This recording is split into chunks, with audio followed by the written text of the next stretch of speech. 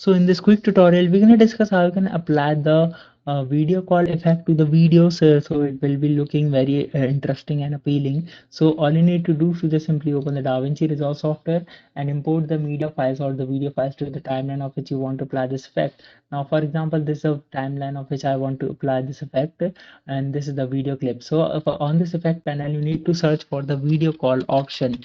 Now, once I type video call, you can see the fusion effect of video call has been there. If I over my mouse over there, you can see how the effect is going to be look. Once I'm satisfied with this, now I need to simply drag and drop to the video clip of which I want to apply the effect.